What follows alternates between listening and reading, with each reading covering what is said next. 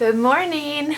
So I've noticed since I'm doing some of these question and answer sessions, quick videos over the last week or two, I need some more pizzazz going on behind me. I'm noticing my setup situation needs a little love. What do you guys think I should decorate with? I need to change up my setting anyway and get out of my office space, but I can't wait till spring. Spring I'm excited about, so I can get outside again and do more videos outside. But yeah, if you have any ideas, help me out here. I'm feeling a little lackluster here. So I am going to today answer 12 questions that I got from one of my subscriber viewers, and they were such a random assortment of questions. I thought I would just do one video to answer all of their questions. And the beautiful anonymity of YouTube, I don't know if Blue Kangaroo is a guy or a girl or an 8-year-old or an 80-year-old. I have no idea, so that's kind of cool. So I'm gonna just go through the questions and answer them. So does working in the business make you more callous and less genuine because you deal with it every day? And I thought about that as I stepped back, tried to, not think in my funeral director brain just about the business in general and how funeral directors are. Now for myself, I would say working in the business and being around it every day, we actually are more sympathetic, more empathetic, more compassionate. Most of us. Now I'm going to say this because we always have it at the forefront of our mind that the families we served are still hurting. People don't always have that. So let's say you have a friend who lost a spouse and it's 6 months down the road. When you run into them, you may not even give that a second thought. It may not be on the forefront of your mind. It may just be, hey, I'm running into my friend, we're going to chat, and then I'm going to go about my day. But when I run into that person 6 months after a loss, I'm going to hug them. I'm going to, inquire how they're doing on a different level. And they don't want that from all their friends every day, so it's good that you're not questioning them every time you see them. Hey, how you doing? How you doing? How you doing? But they do need that check-in once in a while, and that's where I think a funeral director, the funeral directors know that 1 year from a death is really the hardest stumbling block. You've gone through all the seasons, you've gone through all the holidays, you've hit all those main markers, and now you're at that 1 year anniversary. You're at your hardest point, actually. And so we know that, we remember that, we try and reach out and touch base with families. So I think that, in a lot of aspects, we actually have a greater regard for that. Blindfolded, could you tell the difference between a human decomposing and an animal decomposing? This is not a game I want to play anytime soon. I don't know that I could. I think decomp smells like decomp, and I don't know that there's a difference between human and animal. All I can think is animals are outside decomposing and they have wet hair and fur, and I feel as if I would smell that along with the decomp, where you're not going to get that with the human most of the time. Not fur, obviously, with a human, I say most of the time, but I'm just thinking if somebody is outside and their hair is wet and so forth. Anyway, so I don't think there's a difference, no. Male and female, do they smell the same when they're decomposing? Yes, there's no difference between how a man and a woman decomposes in the broad sense. I'm sure there's small, minute little things, but nothing that's going to change the smell. Is there PTSD for funeral workers? Yes, huge, big topic within the business because we do see a lot and take a lot in, and suicide is a concern, and alcoholism and drug abuse, and just like with any first responder, EMT, police, fire department, we do what we do because we can, but you physically and mentally can only take so much. And so everyone has a breaking point, and where it is, only God knows. So sometimes we push ourselves too far, and sometimes we see too much. I always think back to Sandy Hook and those first responders and people that had to walk in and see that aftermath of all those children killed, and I can't imagine carrying that visual with you for the rest of your life and that not making some kind of a negative, painful impact on your life. I don't know how that can happen. Only somebody who's walking those steps can know, but those are the things I think of as we do see some pretty horrific things. It's not always on a huge scale, which is great, because I can't imagine doing that multiple times in a lifetime in the business, but it definitely is an issue. It definitely is something that we have to keep in a healthy check mentally, physically, have people we can talk to, have people in the profession we can talk to that understand where we're walking and what we're doing. So I think that's critical for funeral directors.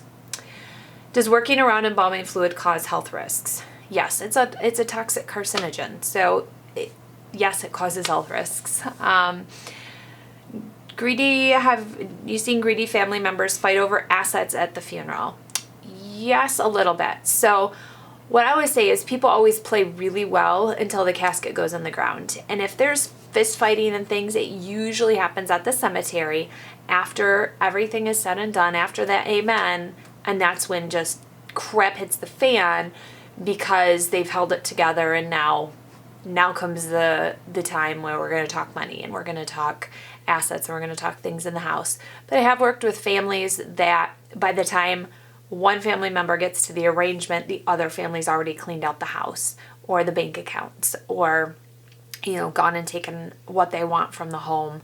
So there's definitely people that just have one main focus, and it's nature, but not everybody loves their mom and dad greatly and cares about the loss as much as they care about what they can get from mom and dad. It's just a fact. I did have some people fighting at a cemetery recently. It was just verbal fighting. And it was, I don't even know what they were fighting about in terms of like the big picture. I know what they were fighting about at that moment, and it was a silly, crazy thing. But to them, it was them just goading each other and pushing each other. And then they started fighting and yelling. And it was like, can we just bury the woman, please? And then you guys can move on and go just battle it out somewhere else. So that was interesting. Ever surprised by genital piercings or modifications, especially normal people? So here in, the Midwest and the smaller areas I'm in, I don't see a ton of genital piercings. I think I've seen like nipple piercings and maybe one, what's it called? A Prince Albert on a man. I don't know if I've ever seen a female piercing. Lots of tattoos. That's always there on every kind of person. Older ones from when they were in the service, and that you can't even tell because they're so blurred and spread out. And I love like the 90-year-old grandmas who have tattoos. That's always awesome. I did have one guy who had above his genital region was tattooed "Come here, kitty," or something like that. Yeah, it was like, "Come here, kitty, kitty." Come on, people. So I've seen some interesting tattoos, but nothing that's like radical, I would say, or too surprising. What if families insist on an open casket when there's smells? Well, here's the thing, is we can't force them to close the casket. We can't force you to not have an open casket. If it's a health concern and if it's a smell condition within the funeral home, we can, say you can have this visitation somewhere else with the casket open, and that's your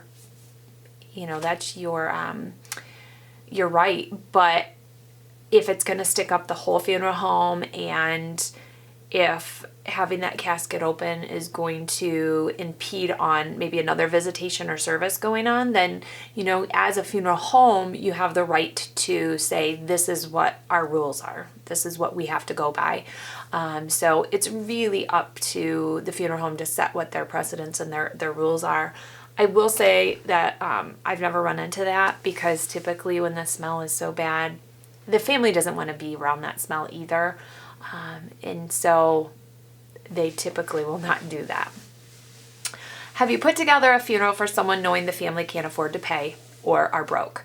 So I think there's two different things here I wanted to address. One, when you're working with a family and they want the world and they know they're never going to pay you for it, yes, you can tell if you're good at reading people. This is one area where I feel I do have a strong suit, is working with families, doing accounts receivable, knowing when I can push and when I can't. And I'm being pushed by people having money and they just don't want to spend it, and they want you to keep giving them stuff and they don't want to pay for it. So I have always found that when you throw it out and say, okay, here is what you want and here's what it's going to cost, how are you paying? And then I shut up. Literally, I don't say anything until they respond. And if they're like, well, I don't know. That's when they usually probably do that with other businesses, and other businesses say, oh, well, I'll take some money off or I'll do this, and I don't offer it. I make them come up with a solution and them either come up with the money or tell me, we really can't afford that, and maybe we alter what we're doing. Because at the end of the day, if they can't afford it, why should the business pay for what they want when it's not something they can afford? And so you can find a middle ground. You can find something reasonable. You can find something that works for your budget. Now, there are people then also that are broke. They have nothing. There was this cute little couple that we served at a funeral home I was at, and the husband died first. They were living in a nursing home. They had no family, literally none. And their neighbors were caring for them and helping them. And so when the gentleman died, the family came to me and said, listen, or not the family, but these neighbors came to me and said, listen, the wife's in the nursing home. She can't make these arrangements. This is literally all the money they have in the world. And luckily he was a veteran, so we were able to set them up with some veterans benefits, the cemetery plot and the vault and so forth. That is a family that most funeral directors and business owners will help to take care of. They are not asking you for the world. They just want a respectful burial for this person.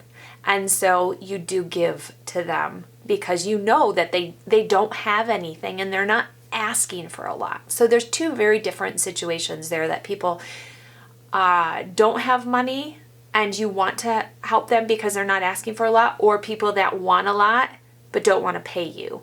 So two very different. I've worked with many of both. Ever lost appetite because of a sight or smell? Yeah, no, I haven't. I'm trying to think back in the beginning. My first autopsy that I did, that I embalmed, the gentleman, it took a very long time because it was my first time, and the smells really got to me, and I had to leave the room 1 or 2 times over the course of the period because it took us a long time. And the smell that first time, that there's a lot of blood when you're doing the autopsy because it's it's open, and so you're getting this strong smell that you're not used to, and that did make me a bit queasy, and I had to go sit down and just take a breath for a minute. But I can't say I've ever really seen anything that's made me lose my appetite. It's not like I'm eating while I'm in the prep room though, but I can come out of the prep room, go sit and eat my lunch and my dinner pretty normal. Sometimes, I don't know that I've ever lost my appetite over it. Have you ever considered being a coroner? So in Michigan, we don't have coroners. We just have medical examiners. Coroners are either appointed or elected officials, and they're not always medical personnel. They're not always a doctor or somebody that can that's within the within that medical community. So anybody can really be a coroner as long as they meet the standards. The coroner consults with a pathologist, and a medical examiner is the same as a pathologist. The medical examiner, so I wrote down a couple notes because I want to make sure I didn't mess up some of these technical. So medical examiner has like 12 to 14 years of schooling in to get to medical examiner, pathologist, status.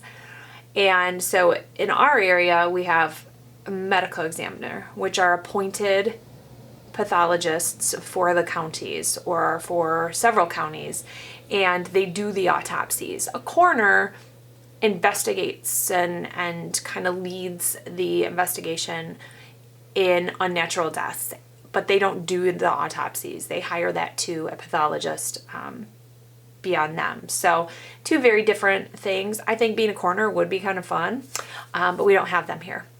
And I don't really want to go back to school for another 10 years to be a medical examiner. So a medical examiner investigator we do have here, and that would be kind of fun. This on-call schedule is even harder than a funeral director, I think, in some aspects. So I don't know that I want to step back into that kind of a hard on-call schedule to do that right now, but maybe one day. Last question, have I ever vomited on the job? No vomiting. I'm sure one day there will be a moment that maybe I gag some more than others, but I don't see myself ever really vomiting. Decomp does have it hits your gag reflex and you can't control. So there is times I'm like, where you're kind of trying to just clear it because it is tickling you and it's gagging you, but no vomit. Sorry. So those are my questions answered for Mr. or Miss Blue Kangaroo. I've got lots of requests for videos. I'm working on them. Haven't had a lot of editing time to get my mausoleum video or my trade embalmer video out this week yet, but working on things here, hopefully answering your questions and giving you guys what you want in that aspect. So I will talk to you soon, and if you like what you hear, make sure you subscribe, and if you have more questions, by all means, drop them below. Bye guys.